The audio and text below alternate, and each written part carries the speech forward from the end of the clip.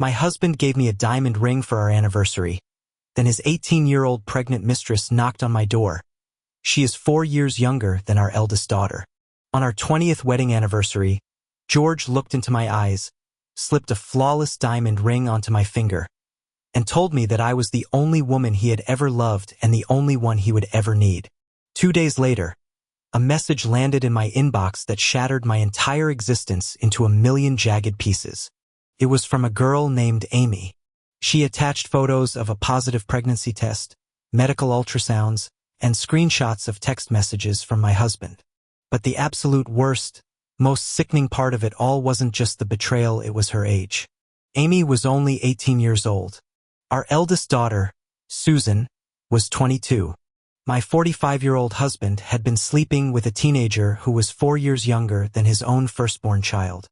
Amy wrote to me in a state of sheer panic and anger, explaining that George was the father of her unborn daughter. She told me everything.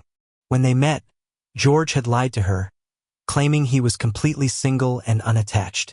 They had been sneaking around for months, meeting in cheap motels on the outskirts of the city, and George had been giving her cash, promising to help pay for her university tuition. But the moment the line on the pregnancy test turned pink and she told him the news, George completely vanished.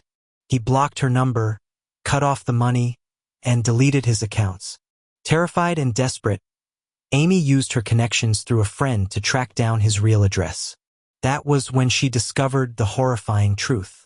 The man she thought was her boyfriend was actually a married father of 3, whose eldest daughter was practically old enough to be her older sister. Couldn't breathe. For 48 hours, I hid in our master bathroom while George was away on a business trip, crying until my throat was raw and my chest ached from the sheer, suffocating weight of the pain. George was 45.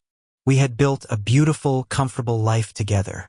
We had 3 incredible children, a stable home, and what I genuinely believed was a deeply loyal marriage. I had given this man the best years of my life, remained fiercely faithful through every high and low, and he had repaid me by predatorily chasing a teenager.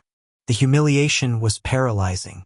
I felt an overwhelming wave of shame just looking into my children's eyes, knowing that very soon, their perfect perception of their father would be permanently ruined, and they would have to face the fact that he was having a baby with a girl younger than their own sister.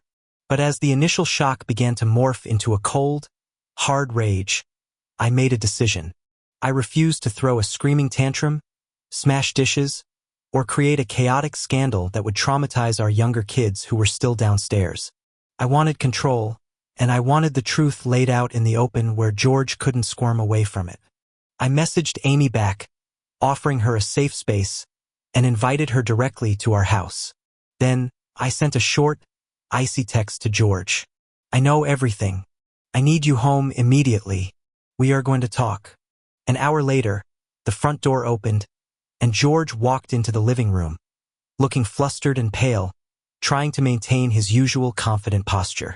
But the moment he stepped inside, he froze. Sitting on our living room sofa, right next to me, was Amy. She looked so incredibly young, her small hands trembling as she clutched a folder of her medical documents. George's face went completely gray, his eyes darting between the two of us like a cornered animal. "What is going on here?" George asked, his voice shaking as he tried to play dumb. "Who is this girl, and why is she in our house?" I stood up, holding the anniversary ring he had given me just days prior, and tossed it onto the coffee table between us with a hollow clink. "Cut the act, George," I said, my voice terrifyingly calm.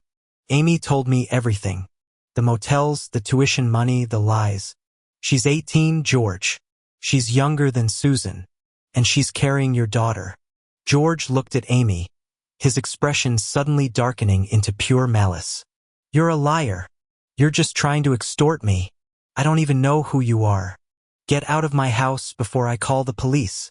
Amy broke down into heavy, ragged sobs, pulling out her phone and projecting a voice recording she had taken during one of their nights together. George's voice filled the living room, clear as day, promising to take care of her. George fell completely silent, the breath leaving his lungs. He sank into an armchair, burying his face in his hands. "It was a mistake," he choked out, looking up at me with tears in his eyes. I was having a midlife crisis, I swear. She meant nothing to me. I love you. We have 20 years together. Please, don't let this ruin our family. You ruined our family the second you laid eyes on a teenager and decided your vows meant nothing. I replied, feeling a profound sense of detachment. You abandoned a pregnant 18-year-old because you were a coward. But I am not a coward. We are going to figure out exactly what happens next, right now. That night, the illusion of my marriage officially ended. I made it clear to George that a divorce was non-negotiable. I refused to remain legally bound to a man whose moral compass was so profoundly warped. But I also made it clear that he would not be allowed to run away from his responsibilities to Amy's child.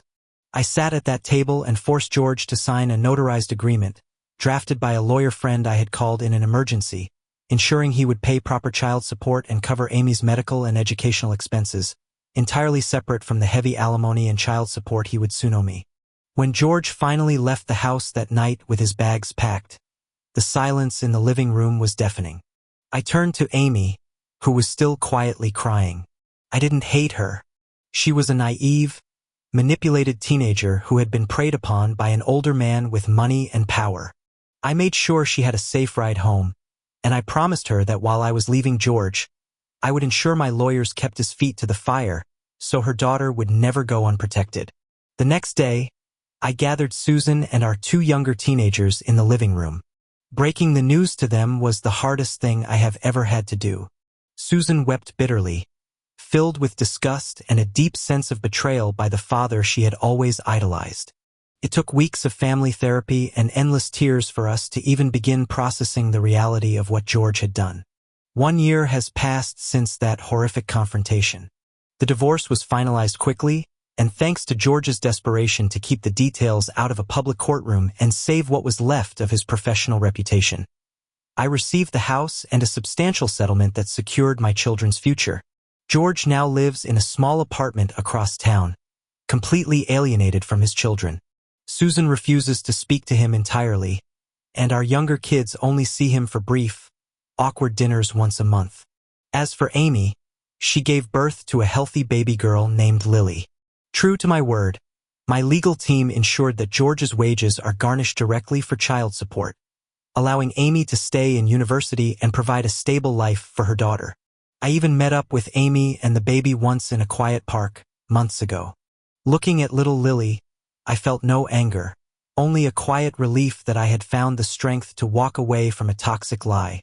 I still wear jewelry, but the anniversary ring George gave me is gone. I sold it to help fund a charity for vulnerable young women. My life is completely different now, but for the first time in a very long time, I can look into the mirror and my children's eyes with absolute pride, knowing I chose truth over a comfortable deception.